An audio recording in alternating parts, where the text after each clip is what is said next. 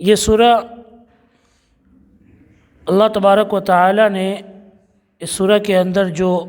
قصہ بتایا ہے یا جو کہانی بیان کی ہے یوسف علیہ السلام کی، اس کو اللہ تعالی نے احسن القصص کہا ہے، جس کا مطلب ہوتا ہے سب سے اچھا قصہ، سب سے خوبصورت قصہ، یعنی سب سے بہتر اور سب سے پیاری کوئی کہانی ہے تو وہ سورہ یوسف میں بیان کی گئی ہے۔ اور انشاءاللہ جب آپ سنیں گے اور سمجھیں گے تو آپ کو معلوم ہوگا کہ تمام چیزوں کو اللہ تبارک و تعالی نے بیان کر دیا ہے۔ اس میں ایک بوڑھے باپ کے لیے بھی کہانی ہے اور سبق ہے، ایک بیٹے کے لیے بھی، ایک بچے کے لیے بھی، ایک جوان کے لیے بھی جو خاص طور سے اپنی پوری جوانی میں ہو، خوبصورت جوان، اس کی کہانی، پھر وہ اپنے گھر کے اندر بھائیوں کی کہانی اور بادشاہ کی کہانی، جیل کے اندر کی کہانی، یہ ساری چیزیں اللہ تبارک و تعالی نے اس کے اندر بیان کر دی ہیں۔ اور یہ ایک پہلی سورہ ہے، یا قرآن کے اندر یہی ایک سورہ ہے جس میں اللہ تبارک و تعالی نے مکمل طور سے پورا کا پورا یوسف علیہ السلام کا قصہ، ان کی پیدائش سے لے کر ان کی آخر زندگی تک اللہ تعالی نے بیان کر دیا ہے۔ اس کے علاوہ کوئی اور سورہ نہیں ہے، باقی سورہ کو نام تو دیا گیا ہے نبیوں کا، لیکن اتنی تفصیل کے ساتھ میں ان کی زندگی کے بارے میں نہیں بتایا گیا جتنا یوسف علیہ السلام کے بارے میں اس سورہ کے اندر اللہ تعالیٰ نے، یا ایک ہی سورہ کے اندر اللہ نے بیان کر دیا ہے۔ تو اس سورہ کو سیکھنا اور جاننا یہ بہت ہی خوش قسمتی کی بات ہے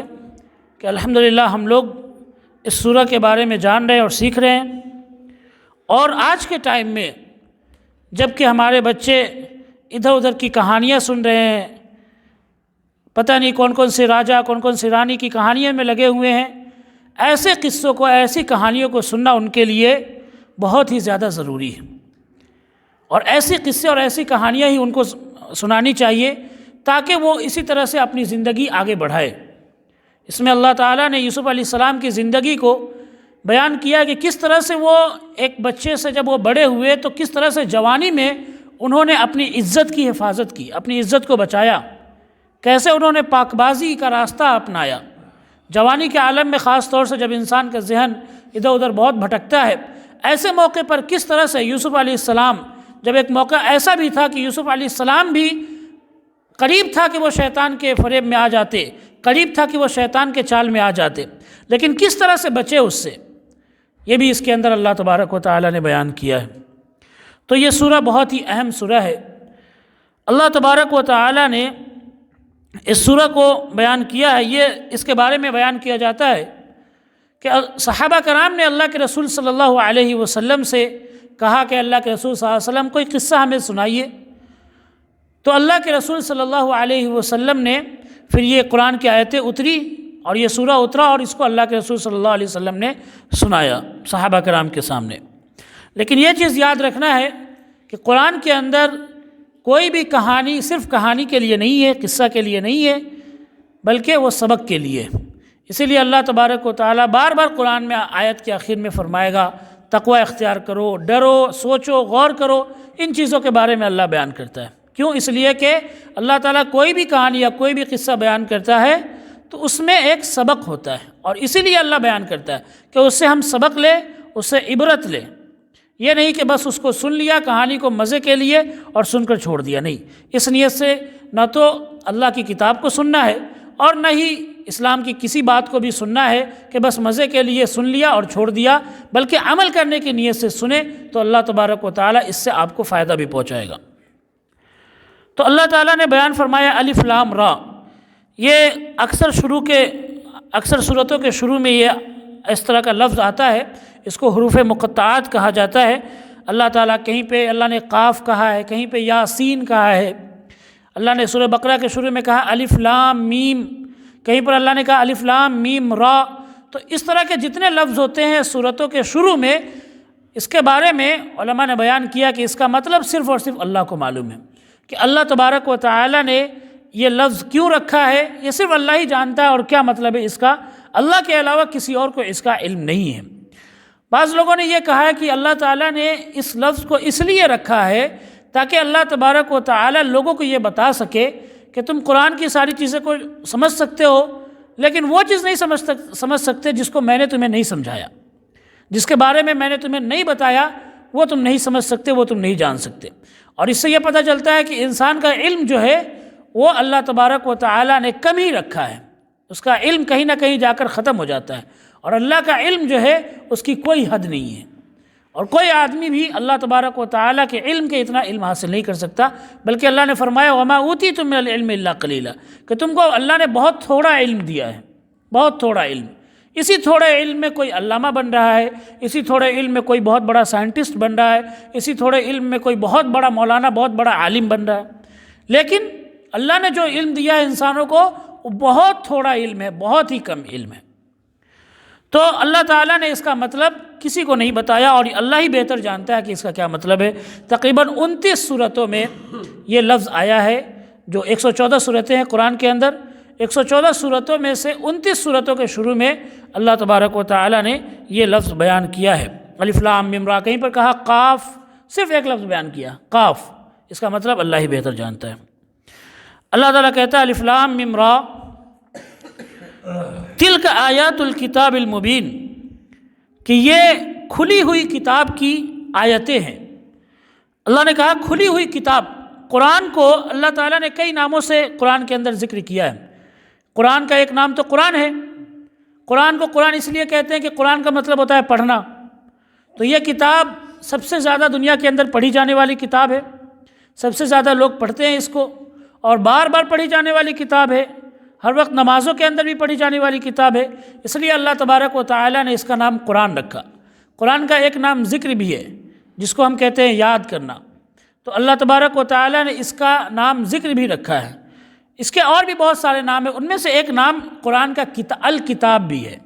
الکتاب، ایسے تو ہم کسی بھی کوئی بھی بک ہوتا ہے تو اس کو ہم کتاب کہتے ہیں، لیکن اللہ تبارک و تعالیٰ نے قرآن کا جو نام رکھا ہے ایک نام، وہ الکتاب رکھا ہے۔ الکتاب کا جو مطلب ہوتا ہے عربی میں کتبہ کے معنی ہوتا ہے لکھنا، اور کتاب قرآن کو الکتاب اس لیے کہا جاتا ہے کہ جس طرح سے اللہ تبارک و تعالیٰ نے اس کتاب کو سینوں کے اندر یا زبان پر بالکل محفوظ کر دیا ہے کہ یہ اکثر لوگوں کو یاد ہے، اور اس وقت لاکھوں کروڑوں دنیا کے اندر حافظ ہے جن کی زبانوں پر یہ کتاب موجود ہے، یہ قرآن موجود ہے، ان کے سینوں کے اندر ہے۔ اسی طرح سے اللہ تبارک و تعالیٰ نے اس کتاب کو لکھ کر بھی محفوظ کر دیا ہے کہ یہ آج ہمارے سامنے لکھی ہوئی بھی یہ کتاب موجود ہے۔ اور اس کا ایک مطلب یہ بھی ہے کہ اللہ تبارک و تعالیٰ نے اس کتاب کو دنیا کے اندر نازل کرنے سے پہلے، دنیا کے اندر اتارنے سے پہلے، اللہ تعالیٰ نے اس کو لوح محفوظ کے اندر لکھ کر جمع کر دیا۔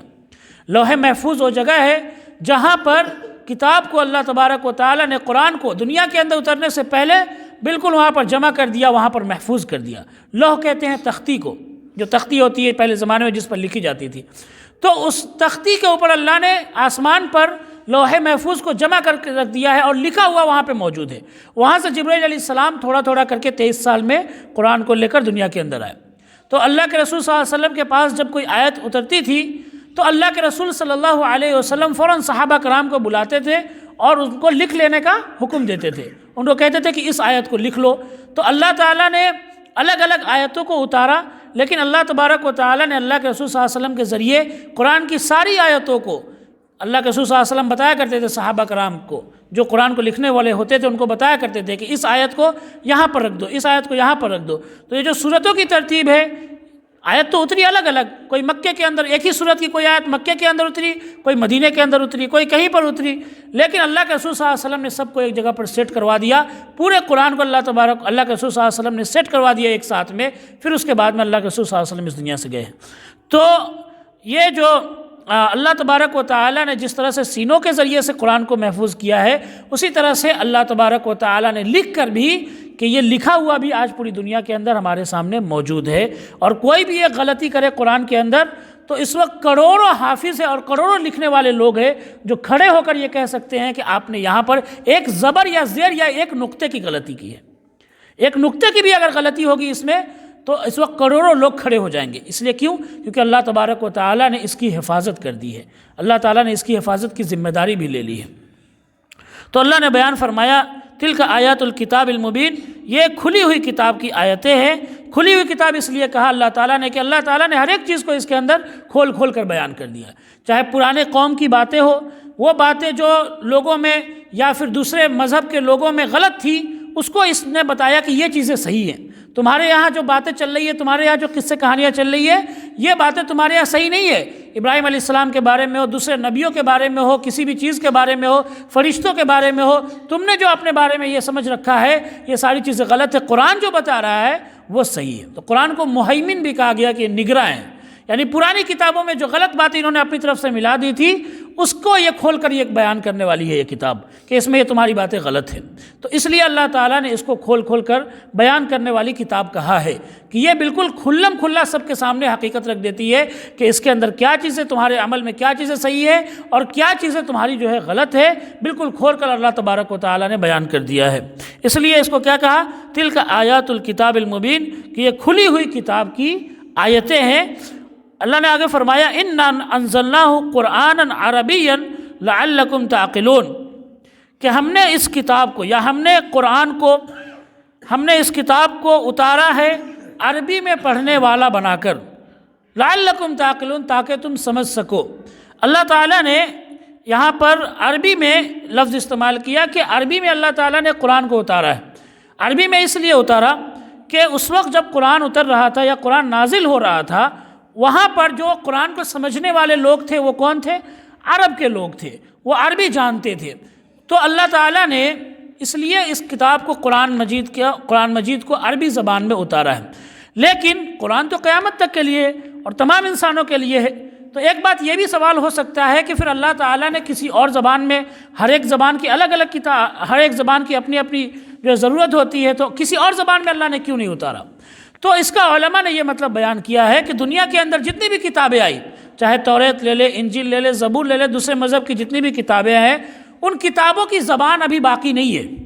ان کتابوں کی جو بھاشا ہے، توریت کی بھاشا کیا ہے، حقیقی بھاشا کسی کو نہیں معلوم۔ عبرانی تھی، عبرانی بولنے والا آج کے زمانے میں کوئی ہے نہیں۔ انجیل کی بھاشا کیا تھی، وہ بھاشا آج تک بولنے والا کوئی پیدا نہیں ہوا، ابھی کوئی ہے نہیں۔ وہ ان لوگوں نے انگلش میں اس کو ٹرانسلیٹ کر لیا اور اس کو پڑھتے ہیں، لیکن وہ زبان بچی نہیں ہے ان کی کتابوں کی زبان یہ ختم ہو گئی۔ لیکن اللہ تعالیٰ نے اس کتاب کو قیامت تک کے لیے رکھا ہے۔ اس کتاب کی اللہ تبارک و تعالیٰ نے حفاظت کی ذمہ داری لی ہے، اس لیے اللہ نے عربی میں اتارا کہ عربی جو زبان ہے ایک ایسی زبان ہے جو قیامت تک رہنے والی زبان ہے، اور یہ شروع سے اسماعیل علیہ السلام کے زمانے سے، اسماعیل علیہ السلام نے جب عربی سیکھنا شروع کیا، ان کے بعد سے عرب کی جو قوم چلی ہے، تو یہ عرب زبان جو ہے پھر عربی زبان اس وقت سے ہے، اور محمد صلی اللہ علیہ وسلم کے زمانے میں بھی یہ زبان تھی، اور یہ آگے بھی رہے گی۔ آج بھی قرآن کی زبان بولنے والے اور بالکل ویسے ہی سمجھنے والے لوگ عرب کے اندر موجود ہیں، اور یہ عربی زبان ایک ایسی زبان ہے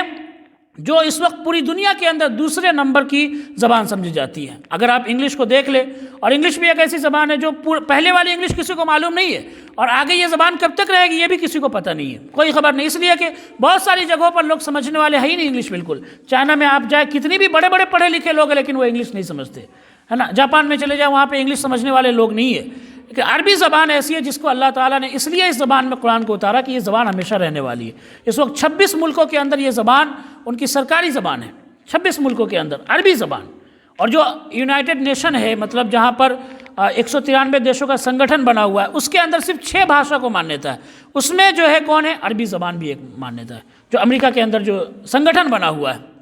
تو اس میں عربی زبان کو مانیتا ہے۔ اتنی زیادہ اللہ تبارک و تعالیٰ نے اس زبان کو اہمیت دی ہے، اور یہی ایک زبان ہے جو قیامت تک رہنے والی ہے۔ اسی لیے اللہ تبارک و تعالیٰ نے اس زبان کے اندر کیا کیا ہے؟ قرآن کریم کو اتارا ہے، قرآن کریم کو نازل کیا کہ لوگ اس کو سیکھیں، سمجھیں، اور یہ زبان ہمیشہ رہے گی۔ دوسری زبانوں میں جو کتابیں تھیں وہ زبانیں ختم ہو گئی، وہ زبانیں مٹ گئی، وہ بھاشا ختم ہو گیا، لیکن یہ بھاشا جو ہے یہ ہمیشہ رہنے والی ہے۔ تو فرمایا اللہ تعالیٰ نے ہم نے اس کتاب کو عربی زبان میں اتارا ہے، پڑھنے والا کیوں؟ تاکہ تم سمجھ سکو، ساری زندگی تم اس کو سمجھ سکو۔ اس کو سمجھنے والے، سمجھانے والے لوگ قیامت تک رہیں گے، اور قیامت تک تم سمجھ سکو۔ اللہ تبارک و تعالیٰ سے دعا اللہ ہم سب کو کہنے سننے سے زیادہ عمل کرنے کی توفیق عطا فرمائے۔ وآخر دعوانا الحمد للہ رب العالمین۔